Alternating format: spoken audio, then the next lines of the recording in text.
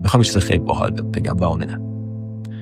اگر صبح که بیدار میشی به جای فکر و خیال هایی که خودکارن و بیفایده یه لحظه تو ذهنت بیاری که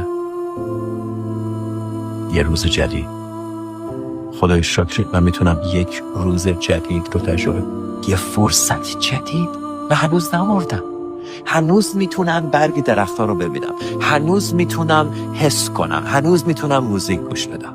از همه کسایی که شب قبل با تو خوابیدن 1,000,000 نفرشون امروز بیدار نشدن، اونا حاضرن هرچی دارن بدن که الان جای تو باشن و همین چیزی که تو در موردش گله میکنی رو تجربه کن. واقعا متوجه زیبایی زندگی نیستیم، متوجه اهمیت اتفاقی که پیش رومونه نیستیم و خیلی دیر متوجهش میشیم.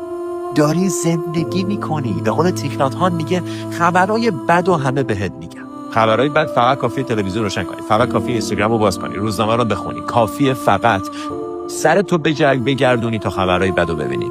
خبر خوب کسی بهت نمیگه. ما میخوام خبرهای خوب بهت بدیم. خبر خوب شماره 1، تو زنده ای. صدای ترانه‌ها میشه. یه بار دیگه میتونی لبخند بزنی، یه بار دیگه میتونی مدیتیشن کنی، یه بار دیگه میتونی یکی رو بغل کنی، یه بار دیگه میتونی به خودت خدمت کنی، به آدما خدمت کنی.